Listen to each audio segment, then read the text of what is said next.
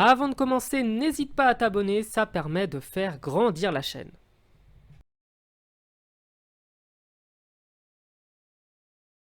Peut-être que vous avez déjà vu dans les stades des banderoles de soutien aux IDS. Peut-être que vous n'avez pas compris ce que c'est. Donc le but de cette vidéo, c'est de vous expliquer rapidement, brièvement, ce que c'est une IDS ou plus connue sous le nom d'interdiction de stade.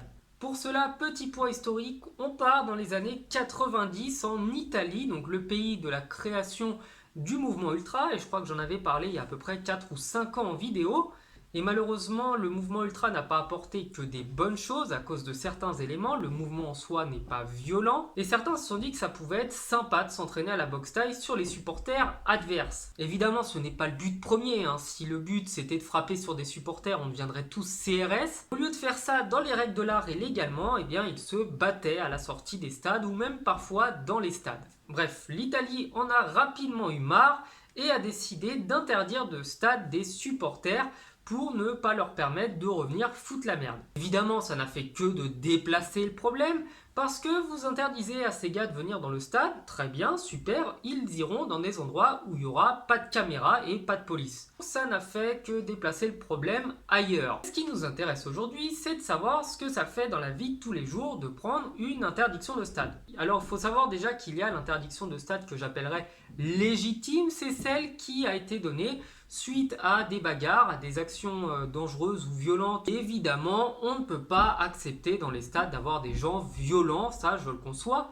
complètement. Simplement, la France a compris l'IDS un petit peu d'une manière différente et y a vu surtout l'occasion de mettre la pression sur les principaux responsables des associations de supporters ultra. Par pression, j'entends que la France a mis en place des interdictions de stade préventives. Je connais cette théorie, oui. Faut savoir qu'en France, on est considéré comme innocent jusqu'à ce que quelqu'un parvienne à prouver que vous êtes coupable.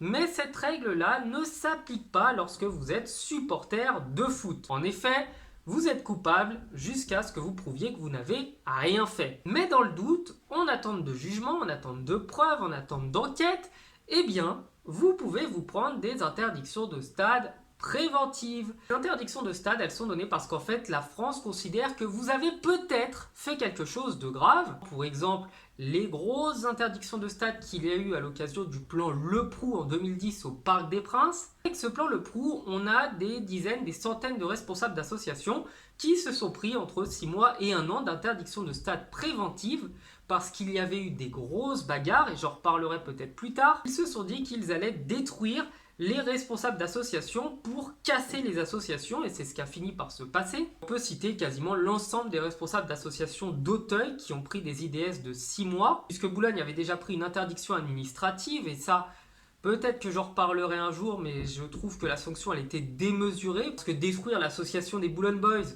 pour une blague qui était une blague certes de mauvais goût, certes d'humour assez noir, mais qui reste quand même une blague. La France, qui se dit pays de la liberté d'expression, aurait dû voir dans ce genre de vanne, parce que ça restait que de la vanne, c'était peut-être pas bien placé du tout, mais ça restait de la vanne. Bref, une interdiction de stade, ça fait quoi dans la vie de tous les jours?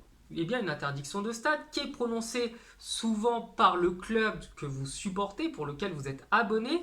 Ça veut dire que vous devez, à chaque match du Paris Saint-Germain par exemple, vous rendre au commissariat pour prouver que vous n'êtes pas au stade. Le petit problème, c'est que lorsque votre club se déplace à l'extérieur, eh ben, il faut aussi aller au commissariat pour prouver que vous n'êtes pas parti les supporter là-bas. Pointer pour prouver que vous n'êtes pas au stade, c'est super désagréable.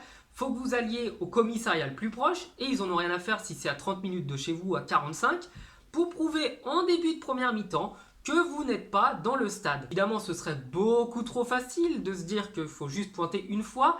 Il faut que vous pointiez aussi au début de la deuxième mi-temps. Et si votre club se déplace à l'extérieur, c'est exactement pareil. Si vous êtes supporter parisien et que le PSG par exemple affronte Tel Aviv, eh bien vous devez aller pointer à la première mi-temps. Il faut prouver en début de première mi-temps que vous n'avez pas fait un Paris-Israël en l'espace d'une demi-heure. Multipliez ça par le nombre de matchs que le PSG fait dans l'année, à peu près entre 50 et 60, et je peux vous assurer que flinguer 60 soirées de votre vie pour pointer, c'est quelque chose d'insupportable. Évidemment, la plupart du temps, ces interdictions de stade, c'est à cause d'un fumigène qui a été brandi en tribune et les caméras ont fini par vous prendre. Je ne suis pas en train de dire que craquer un fumigène, ce n'est pas dangereux, c'est vrai que ça sent mauvais, ça peut cramer les vêtements, mais il y a quand même une différence entre craquer un fumigène pour mettre de l'ambiance dans un stade de foot et faire des cris de singe ou sortir sa carte d'identité face aux adversaires et ne rien prendre parce que de toute façon, c'est pas vraiment un délit caractérisé. Et je conclus cette vidéo en vous rappelant qu'un des membres de la sécurité du Parc des Princes, un des responsables, avait dit à mon père, qui était à l'époque responsable d'association,